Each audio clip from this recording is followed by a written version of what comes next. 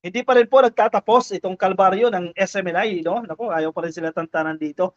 May bago na naman pong kaparusahan ang ipinataw sa kanila at sinususpende ang kanilang programa. Isa sa kanilang programa dito ka-Coffee at sinasabi dito ni Franz Castro, long overdue na raw 'yan. Dapat matagal na raw pong nasuspende ng MTRCB ang programa na 'yan. Ito nakahanap ng kakampi itong si Castro, eh, 'no?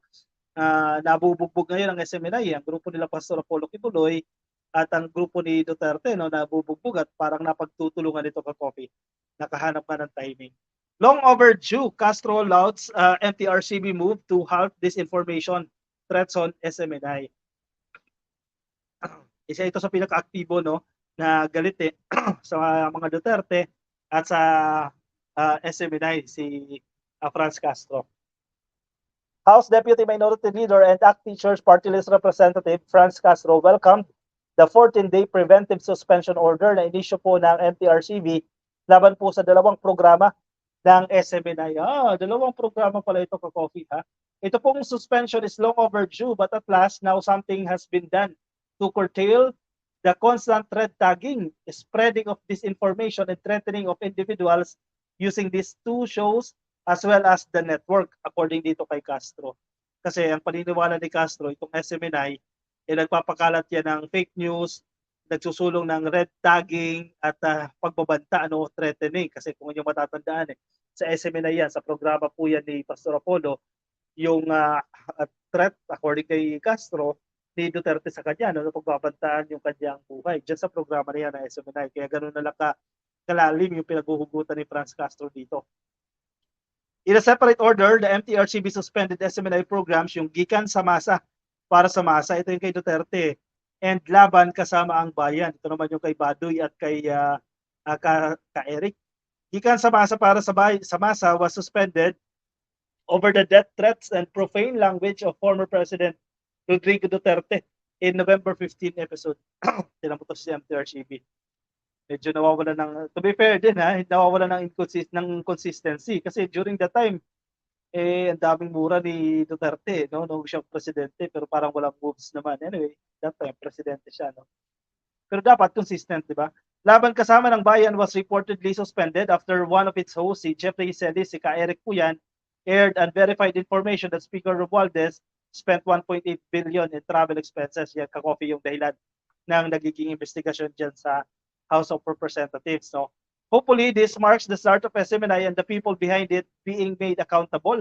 The authorities should look into the pattern of consistent red tagging, terrorist labeling, and for longer and more decisive measures, sabi ni Castro. Tuwa itong si Castro, ang kanilang grupo dito sa mga nangyayari dito sa SMNI kasi yun nakahanap sila ng kakampi dito at parang nagsisimula na ang sa kalbaryo ba ito, suffering ba ito, pero feeling ko pagsubok lang yan para sa SMNI, no?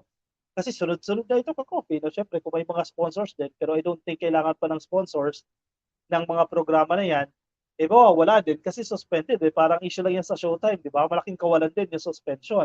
Pero tingnan natin yan ka-Coffee, kasi mas mahirap na challenge pa itong prangkisa, no? Itong franchise na iniimbestigahan niya dyan sa House of Representatives at dumagdag pa itong proposal ni Risa Ontiveros, itong kanyang resolusyon na imbestigahan din po si Pastor Apollo Kibuloy dyan sa Senado.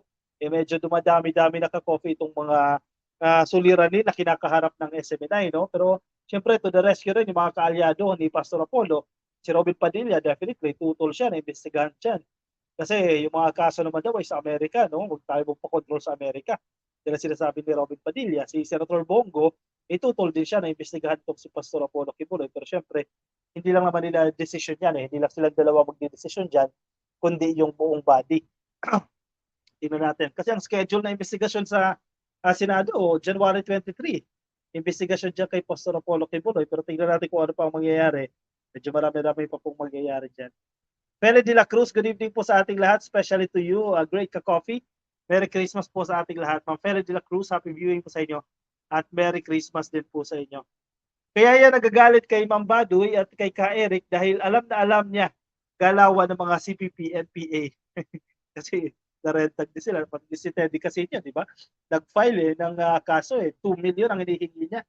Bawat isa kay Ka-Eric at saka kay Baduy.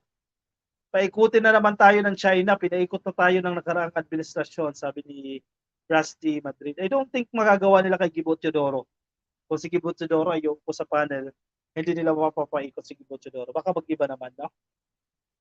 Nanette Mendoza, happy viewing po sa inyo. Kay Elias Dacoco, kay Jason Guerra, shoutout po sa inyo. No? Nasa Kalibo si Pete Dagohoy. Releste Rivera, shoutout po sa inyo. The Coffee, malamang game plan yan ng mga kakaliwa, June Reyes. Actually, yung sa China, may mga nababasa tayo dyan ka-coffee, no? Para ilihis yung issue, pwede strategy din yan. So, sige na. Medyo inuubo tayo, no? Pangit ang ating condition ngayon. So, ako'y magpapaalam na muna sa inyo. Maraming salamat sa pagsama sa akin. Kita-kits ulit tayo. Hopefully, okay na tayo tomorrow, no? Makapag-live stream ulit tayo.